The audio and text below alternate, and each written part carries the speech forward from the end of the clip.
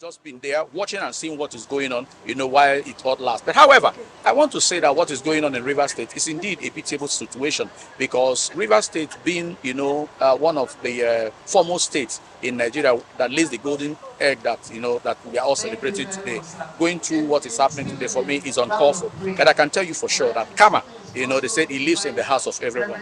What we are witnessing today is as a result of what they call karma, the Lord of karma, visiting those who, did all that they did, thinking that they were doing it. Well, I saw their press conference yesterday. It's very unfortunate and it's laughable, because we served as a council chairman from 2018, June 18 to 2021, June 17.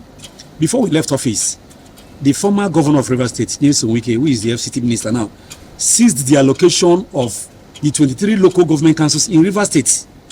When I say allocation, not even paying the civil servants, he seized the entire allocation of the 23 local governments for 3 months. Why I say it's laughable is because most people who were in that press conference yesterday also served with me, but they were opportunity to go back for a second tenure. They know it. None of us went to grant any press conference against the former governor of Rivers State.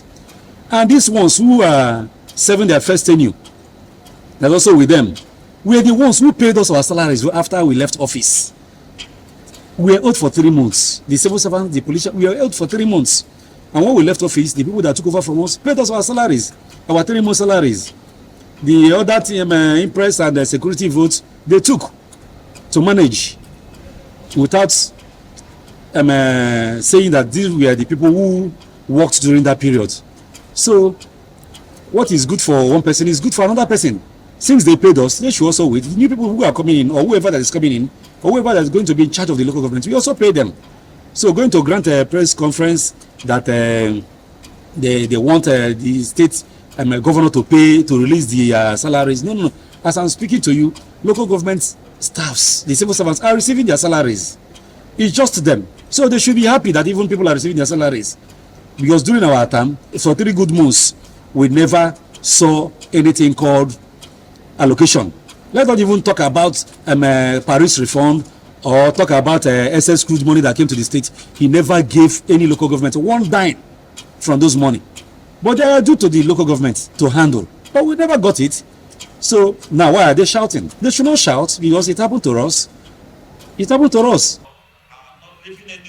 The issue of the local government council chairman, serving chairman, who have said they have an extension. I don't know where that is in law. I don't know where that is in the constitution. Does the assembly, the immediate past assembly, or whatever it is they call themselves, do they have that right, ab initio, to make such a law to extend the tenure of local government council chairman? Let them not try to set something that is not there in the first place. I don't think it will work. It all depends on what the governor wants. If the governor decides to say that, okay, he's bringing them on to continue as caretaker members, good. But without that, whether there is a crisis or not, it is not possible that their tenure will be extended. It's not possible.